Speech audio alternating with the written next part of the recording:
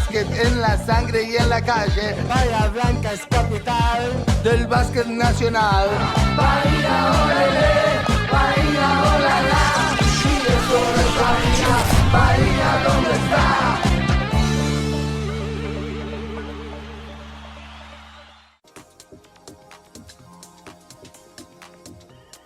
Auspician a Ciudad del Básquet las siguientes empresas: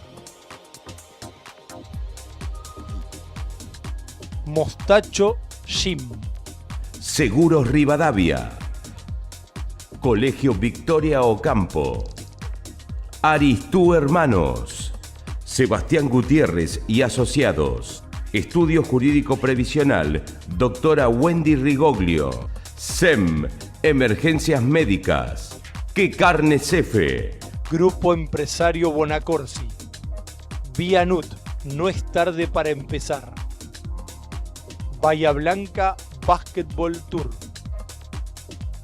Conduce Ciudad del Básquet el periodista Rubén Berman.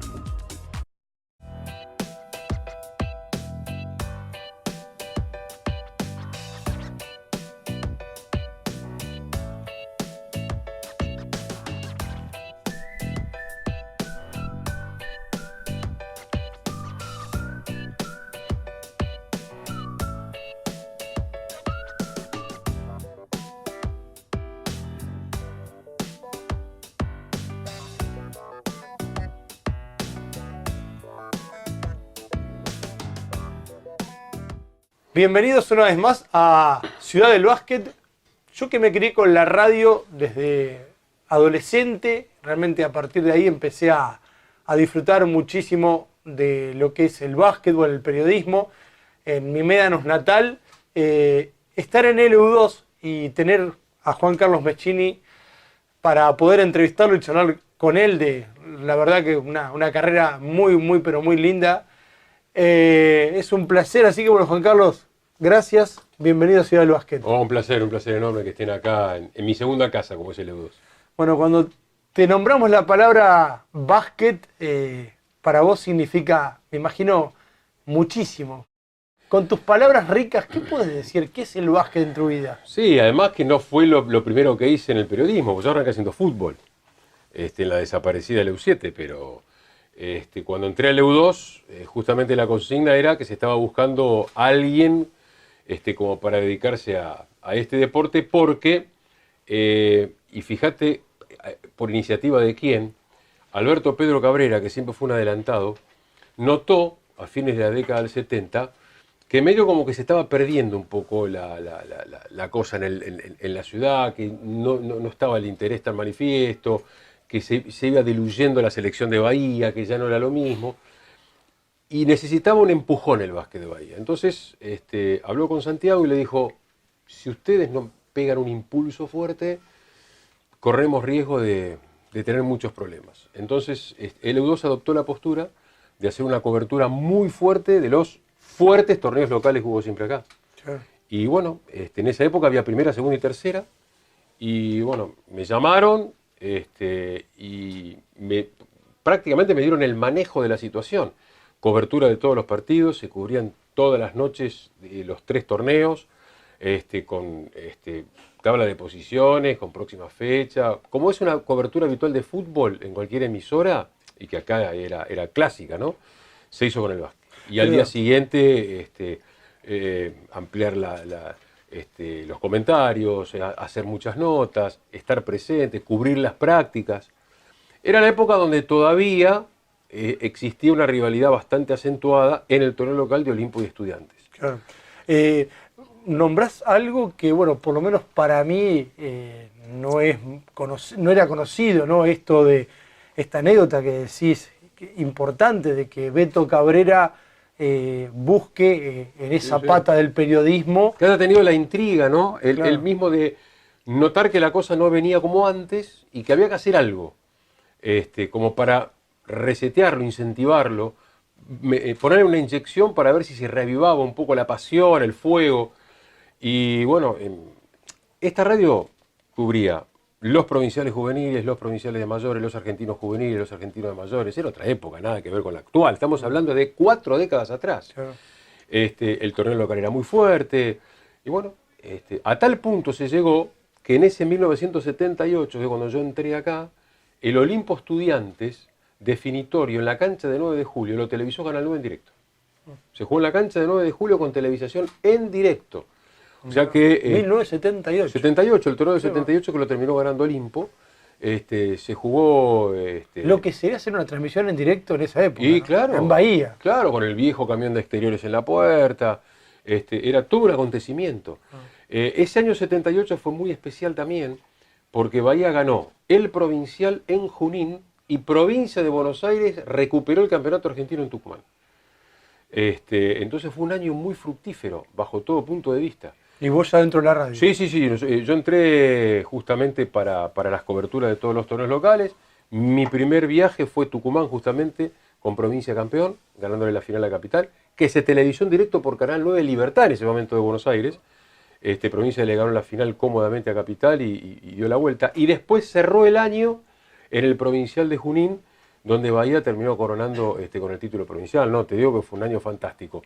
Y el 79 se esperaba con más expectativa, porque se jugaba acá el argentino. Acá se jugó el sudamericano de mayores, con Cabrera de abanderado, capitán y abanderado de la selección, y el argentino de mayores. Y fue uno de los golpazos más fuertes que se dio Provincia, porque terminamos cuartos. Provincia pierde la semifinal con Capital y pierde el partido por el tercer puesto con Santa Fe. Y además un hecho histórico, porque fue el cierre de carrera con la camiseta de Provincia de Cabrera, de Monachesi y de Cortón. Se retiran no con toda la gloria. Era el torneo de la gran expectativa. ¿Cómo se le iba a escapar a Provincia? Después de la epopeya que había sido ganar en Viedma 76 y en Tucumán 78, ¿cómo se iba a escapar el torneo de la cancha de Estudiantes? Y se escapó. Capital le jugó muy bien, con una cancha a reventar, 5.000 personas en el Casanova. Y bueno, y fue por eso te decía, fue una piña de knockout. Y ese 79 marcó un antes y un después, porque ya en el 80 Provincia produce la sangre nueva. Y ahí aparecen Jorge Fallano, el Chueco Jaile, Marcelo Duffy, Daniel Arejo, Heraldo Lloyce. Una renovación muy especial con el tiempo. Ya había pasado la época de los monstruos. Bastante le habían dado al básquet de Bahía y al básquet de Provincia. Igual Cabrera siguió jugando, Sí. porque Cabrera se retira en el 84 en la cancha de Independiente, saliendo campeón con Estudiantes del torneo del 83. Ganándole a Pacífico, creo. Ganándole a Pacífico en la cancha de Independiente. Pero ya para Provincia de Buenos Aires, que fue todo un hito, porque marcaron una época dorada, desde el 66 hasta el 79, que fue el último torneo que jugaron. Realmente fue impresionante. Vos sabés, Juan Carlos, que bueno, ya hemos hecho por suerte varias entrevistas para nuestro programa y los entrevistados, tanto árbitros, jugadores, directores técnicos y hasta dirigentes, hablan de que el periodismo de Bahía es una pata pero fundamental de lo que es Bahía, capital nacional del básquet. O sea, no pueden sacar lo que es toda esa trayectoria y ese título, ¿no? de Bahía como capital del básquetbol sin pensar en el Negro Santiago, en el Conde Colefi, en vos, en Juan Carlos Almirón, en gente que hizo grande el periodismo. ¿Vos lo sentís así? O sea, hoy lo hablamos un poco al principio, pero realmente ustedes llevaban toda esa emoción a las casas de miles de bahienses y de gente de la zona como yo, que era de Médanos, que nos enamoramos del básquetbol. Es que era una época donde casi no había televisión. No existían los cables, no existían las FM, no existía internet, no existía la computadora. La pasión en mí, por ejemplo, se despertó cuando yo era muy chico, cuando se jugaban los campeonatos argentinos, yo me acostaba, yo tenía, ponele 10, 11, 12 años, me iba con la radio a la cama e iba escuchando, porque iban las 3 radios de Bahía en un momento a transmitir. Después, al desaparecer el EU7, quedaron el EU2 y el EU3 e iban siempre a todos los torneos. Y era escuchar, a veces hasta yo llevando la planilla, de acuerdo al relato, ya un poco perfilando lo que iba a ser mi futuro, ¿no? Personal. Pero esa pasión se fue transmitiendo. Y además para el protagonista, el acompañamiento. Porque era una época donde no había tanta elección. Se jugaron en ciudades chicas, los provinciales, por lo general, salvo cuando tocaba La Plata o Mar del Plata. Pero ponele Chivilcoy, Junín 40 años atrás, Pergamino. Entonces era una coincidencia el equipo de Bahía con los periodistas que iban. Había una relación muy fuerte, muy fuerte. Y hubo un hecho que fue en el Provincial de Mar del Plata del 82, que se jugó en la cancha de Quilmes, en Luro y Guido, que ahí yo me terminé de convencer de lo que significaba esa unión del periodismo con un equipo representativo de la ciudad. Porque ese torneo la pasamos muy mal todos, muy mal todos. Fue un torneo donde prácticamente se sabía que Bahía iba a poner la cabeza, donde en el Congreso de Delegados, cuando se hace todo en la previa, donde se establecen todos los detalles, se lee el reglamento y demás, es casi un formulismo, lo hicieron afeitar a Jorge Fallano. Fallano tenía barba candado y Mar del Plata expuso que era un riesgo para el rival. Entonces le dejaron el bigotito. Vos fijate qué detalle. Ahí ya nos dimos cuenta que venía todo torcido y que iba a ser muy complicado. Mar del Plata gana esa final con un arbitraje, yo diría temeroso, porque estaba muy feo el clima, y donde hubo una agresión muy, muy marcada de Otón Jacoski, que después vino a jugar a Pacífico acá, hacia el Lecce Merlini, que fue una paralítica que virtualmente le paralizó toda la pierna, porque vino acostado en el colectivo al regreso, y así todo perdiendo la final, salimos escoltados por la policía. La policía nos tuvo que hacer. Entonces salimos, el equipo y nosotros atrás.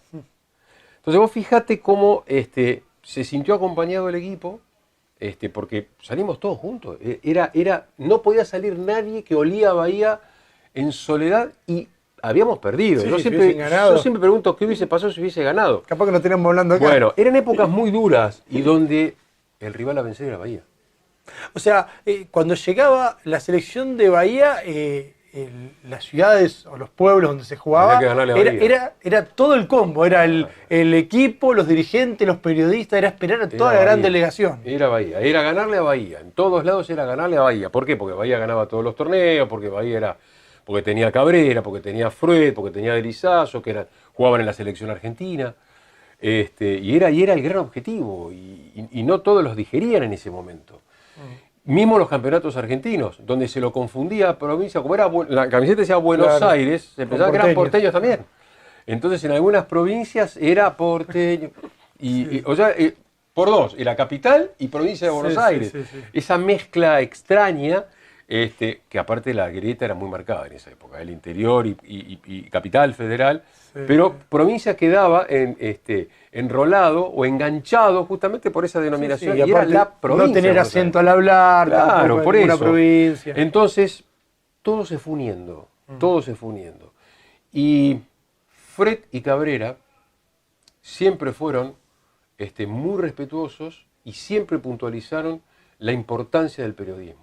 En cada nota que hacían. Cabrera siempre decía, si Bahía fue grande, no solamente fue grande por sus jugadores, por sus entrenadores, por sus dirigentes y por sus árbitros. Porque acá tuvimos los dos mejores del mundo en un momento. Rodolfo Gómez y Raúl Chávez fueron los dos mejores del mundo en sus épocas, cada uno en su época. Siempre puntualizaban la tarea del periodismo, la manera que el periodismo acompañaba a las delegaciones de básquet. Que después con el tiempo, yo no te digo que se fue perdiendo, pero obviamente al magnificarse todo, al aparecer las redes sociales, la televisión, hoy en día ves un partido de básquet sentado en tu casa, ves Euroliga, ves un partido de la ACB, ves la NBA, lo que se te ocurra, tenés el IPAC, que podés ver los partidos que querés en cualquier lado y en cualquier momento. Ahora ya obviamente se ha diversificado todo. Pero en esa época, donde había muy poco, toda la ciudad iba detrás de un equipo. De hecho, venían de obtener un provincial en un campeonato argentino y todo el mundo se reunía en el Teatro Municipal. Claro. Y era hasta la avenida Lem lleno de gente para recibir al equipo. Era todo un acontecimiento. Juan Carlos, y te quiero llevar un poco a vos como persona. Contanos y contale a la gente que está viendo la nota. Bueno, naciste en Bahía Blanca. Sí. ¿En qué barrio te criaste? ¿Dónde fuiste a la escuela? ¿Dónde hiciste el secundario? Yo nací en mi casa, yo no nací en un hospital, en la esquina de Amundsen y Corrientes. En la cortada de Amundsen con Corrientes. Linda zona. Sí, mi papá tenía un comercio allí Bueno, yo nací allí, hice todo el primero en la escuela 4, en la calle La Madrid, la escuela en Bartolomé Mitre. Arranqué el secundario en el Colegio Nacional. En segundo año a mi papá lo trasladaron a Neuquén, así que nos fuimos a vivir allá un año. Fui al Colegio Chipoletti, volví para tercer año y culminé en el Nacional en el 76 e hice después 3 años de agronomía en la Universidad Nacional del Sur hasta que, bueno, ya me volqué definitivamente al periodismo. Y tuviste una etapa de jugador de básquet. De Sí, chico. olvidable. Pero bueno, Una la disfrutaste. Una ojota era yo para los deportes, no servía para ningún deporte. Sí, ¿Qué puesto era el tuyo? volante. Te maté con esa, ¿eh? ¿Qué era? Volante. Base. El 4. Bola. Lo que él sería el 4. El cámara se ríe. Sí, ¿no? sí, No sí. se va a reír, está descompuesto. Estamos hablando, pero Claro, somos en el en fútbol. esa época era base, pilar, volante y llave. Sí, Cuando llave, yo jugaba en pulguitas. Mirá, volante nunca había escuchado. Claro, nosotros íbamos un grupo que íbamos a la escuela 4, que vivíamos todos bastante cerca, entonces un día dijimos, che, nos queda cerca en Apostada, ¿qué te parece si vamos? Y fuimos, nos anotamos y en Apostada armó 2 equipos. Para la época eras alto. Para la época era alto, sí. Por eso era... ¿Por cuánto era me dice? ¿Un 80 y...? 6. Claro. El pivot del equipo era Nano Lacasa. Mirá vos.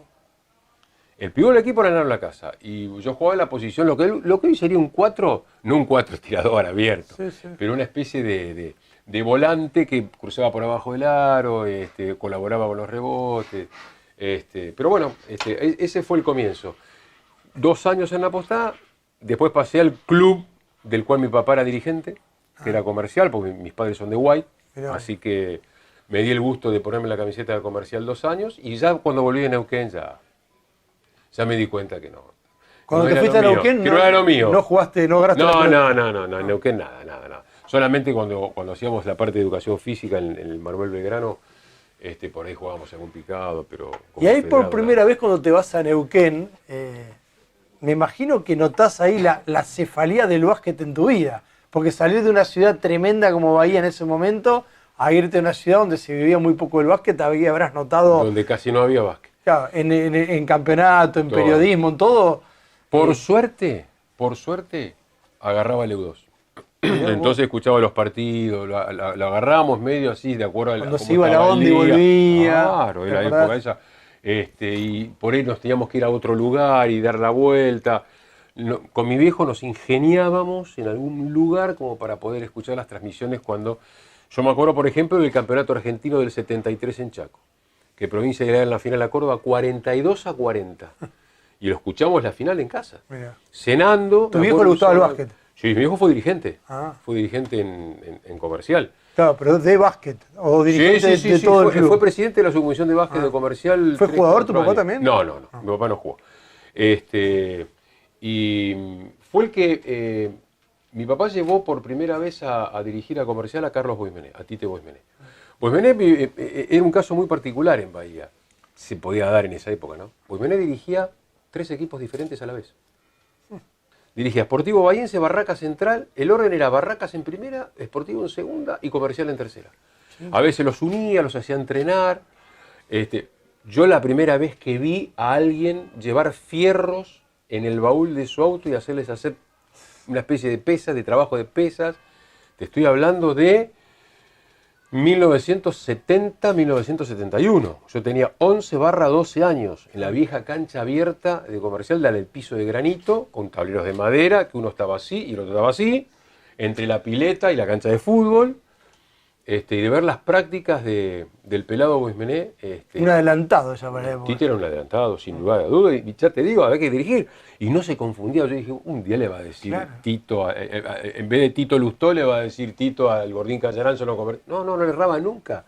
Se acordaba de los Vos que lo nombres, conociste mucho a Tite, porque también otra cosa que escuché mucho de Tite es que todos se acuerdan de las locuras de Tite, ¿no? Sí. Del personaje. Sí, era un Pero personaje. todo el mundo dice que de básquet sabía todo. muchísimo. Un montón. ¿no? Tite sabía un montón. Tito una vez dirigiendo a Pacífico, en el 86, sí, porque el Hugo lo dijeron en el 85, 86, juegan Estudiantes Pacífico en la cancha de Olimpia, donde hacía las veces de local Pacífico. Y se suspende el partido en el segundo tiempo, no había cuartos, se suspende en el segundo tiempo por humedad. Había una humedad, Parque del Tomás, en la época que se fumaba en las canchas era. Estaba el humo que llegaba hasta el techo, entonces transpiraba la chapa, caía entre la humedad ambiente, la gente, las gotas que caían, no se podía jugar. Se suspende. Se reanuda a los 3 días con lo que quedaba. Y me acuerdo que estábamos a punto de ir a la cancha y no me acuerdo quién fue el que fue a hacer la cobertura inicial y le hizo nota a Boismené. Y dijo, hoy voy a hacer algo. Se reanudaba, Estudiantes estaba como 15 a 20 puntos arriba. Dijo, voy a hacer algo muy novedoso, ya lo van a ver, dijo. Entonces, de los 5 titulares, 2 marcaban a Willy Scott. Quedaba uno libre siempre. Se le puso a un punto, casi le gana. No le ganó de milagro. Era de hacer esas cosas, Sí, Titi. Era de hacer esas cosas. Sí. Aparte era un tipo muy lúcido. Era muy bicho en el banco. Aparte de entrenar muy bien. Nosotros acá siempre, en esa época, discerníamos entre los que eran más rápidos en el banco o los que estaban más rápidos en el entrenamiento. O sea, los que mejor trabajaban en el gimnasio o los que más... Tite era bueno en las dos facetas, en los dos ámbitos. El tipo era rápido en el banco, muy rápido en el banco, y trabajaba muy bien en el gimnasio, pero en el banco era chispa pura. Y por ahí era, que siempre se lo catalogó al técnico de Bahía, por ejemplo, cuando apareció la Liga Nacional y se hacían cobrar un técnico, o sea, la Gran Bahiense se decía, siempre el entrenador acá asumía un rol protagónico para que no lo tenga que pagar el jugador, de detener un partido, técnico, de meterse en la cancha, técnico, de pegar una técnico, para parar el partido, y Tite para eso era. Y yo recuerdo, bueno, también otra de las grandes cosas que me encantaba escuchar era esas notas que le hacía el negro Santiago Boismené antes de los partidos. Sí, que se eran, no sé si las tendrán grabadas, pero eran épicas. Era para llorar de risa. Sí, porque aparte eran ocurrentes los dos, eran mordaces, o sea, había cierta mordacidad, se conocían mucho, se conocían muy bien. Vos me acuerdo que te tentabas. No, eran las cosas que hemos vivido. Nosotros hemos vivido, por eso yo siempre digo un elegido, porque crecí de chico viendo los monstruos, los disfruté ya en la parte final, en el ocaso, y encima después apareció la trilogía posterior, ¿no? La siguiente, o sea que acá vimos todo. Sí. Yo a veces estamos en la sobremesa con los chicos, después de una transmisión con los chicos de torneos y sale este tipo de cosas. Yo digo, pucha, las cosas que vivimos en Bahía. No sé si dimensionamos realmente lo que hemos vivido, porque de disfrutar un campeonato argentino o un campeonato provincial, de pronto a estar en San Antonio viendo cómo el otro animal salía campeón de la NBA y casi por un voto no era el MVP. Sí. O sea que hicimos un arco en todo el tiempo, en 4 décadas, que realmente es fantástico, ¿no? Y hoy me decía fuera de micrófono que hace 25 años ya que estás en Teis Sport. Sí, con 95. David Carlín y equipo, ¿no? ¿Cómo vivís, ¿no? Eso de no ser porteño en un canal nacional y ser bahiense. ¿Te lo hacen sentir para bien o para mal en las canchas? No. Las hinchadas, las otras hinchadas. No, para la cancha, en algunas canchas, especialmente al principio, sos porteño, porque vos pertenecés a una transmisión de un canal porteño. No era una cara habitual, entonces éramos porteños. Y estoy hablando de mediados de la década del 90, fines de la década del 90, en algunos lugares era bravo, en Córdoba, por ejemplo. En Córdoba, si Atenas perdía un partido con algún fallo medio y había reproches. Vos escuchabas los reproches. Sí. En Pico había reproches, había lugares Venado Tuerto, había lugares que eran difíciles, eran muy complicados. Te hacían sentir eso de que sos porteño. Pero después estaba la otra, por ejemplo, te subías a un taxi. Si usted es de Buenos Aires, maestro, o no, de Bahía. Claro, ¿cómo no va a comentar Vázquez si de Bahía? Claro. Y te preguntan, ahora en esta época te preguntan por Ginóbili, Ginóbili cómo es, y cómo es en la vida, y cómo es la familia, y cómo es esto, y cómo es lo otro. O sea, Bahía ha generado un respeto y ha logrado que en todo el país sea sinónimo de básquet. Claro. O sea, no en vano ha tenido o ha sacado tanta gente en distintos ámbitos, porque no nos olvidemos que el presidente de la Confederación es de acá también, ¿no? Seguro. Vos sabés que algo que yo noto, que lo comento muchas veces, el bahiense no es como el norteño, que yo no lo noto fanático ni del paisaje, ni de la sociedad bahiense, ni de la música bahiense, ni de la cultura bahiense, como que no valora mucho todas esas cosas, medio que hasta medio que la menosprecia, pero no le toques el básquet. Cuando le tocas el básquet a un bahiense que le gusta el básquet, es como que la piel... ahí donde salta. Coco Basile alguna vez dijo, yo soy un bicho raro en Bahía, porque no piqué nunca la pelota de básquet.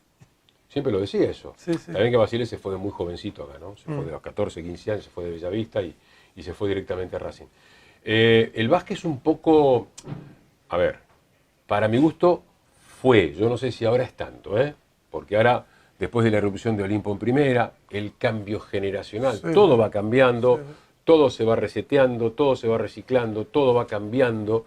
Y además, cuando vos no obtenés resultados, la gente medio como que se aparta. La gente quiere ver un equipo que vaya a ganar algo. Nosotros nunca ganamos una Liga Nacional. Perdimos 2 finales. Y eso me parece que karma que es eso, y eso es un poco lo que le está faltando. Y es lo que te reprochan en algunos lugares. Claro. ¿Cuántas ligas ganaron? Sí. Pero lo que pasa es que vos tenés que morderte los labios y tragar esa liga porque sabés que todo lo que vivimos previamente, yo todavía chapeo con el tema de los campeones olímpicos. ¿Vos cuántos campeones olímpicos tenés? Claro. Yo a veces en esas discusiones que se arman, che, ¿cuántas ligas ganaron? No, ninguna. ¿Y vos cuántos campeones olímpicos tenés? Sí. Y ahí ya listo. Nosotros tenemos 3 campeones olímpicos y tenemos uno que ganó 4 anillos de la NBA. Además, ¿no? Sí. Pero bueno, ya viste, ya vamos viendo el récord hasta con lo inmediato. Ese es el punto y ese es el tema. Y acá nos hemos acostumbrado en una época a ganar todo. O sea, Bahía era una época que Olimpo ganaba de los provinciales, los argentinos de clubes. Bahía ganaba de los provinciales, provincia ganaba de los argentinos. Entonces venía la selección a jugar acá. Todos los fines de semana teníamos básquet de jerarquía. Y eso, bueno, hay un par de generaciones que no lo vieron, que no lo vivieron, que lo escucharon tal vez. Como yo digo, fue en blanco y negro. Sí. Pero también lo vivimos y también lo disfrutamos. Claro. Ciudad del Básquet. Auspiciaron Ciudad del Básquet. Bahía Blanca Basketball Tour.